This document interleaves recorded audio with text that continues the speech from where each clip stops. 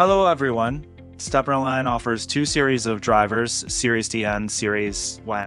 Among them, Series D adopts ENA as the enable interface, while Series E uses MF as the enable interface.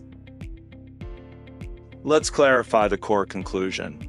Although the ENA interface and the MF interface have different naming conventions, they are identical in essential function and share the same wiring method.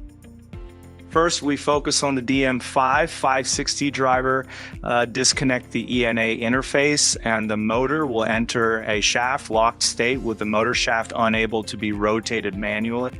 Then connect a 24-volt power supply to the ENA interface. After wiring is completed, the motor will release the shaft lock and enter the offline state, allowing the motor shaft to rotate freely by hand.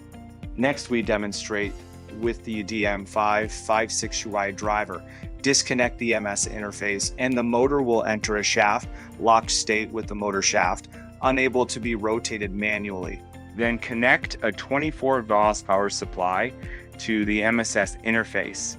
After wiring is completed, the motor will release the shaft lock and enter the offline state, allowing the motor shaft to rotate freely by hand.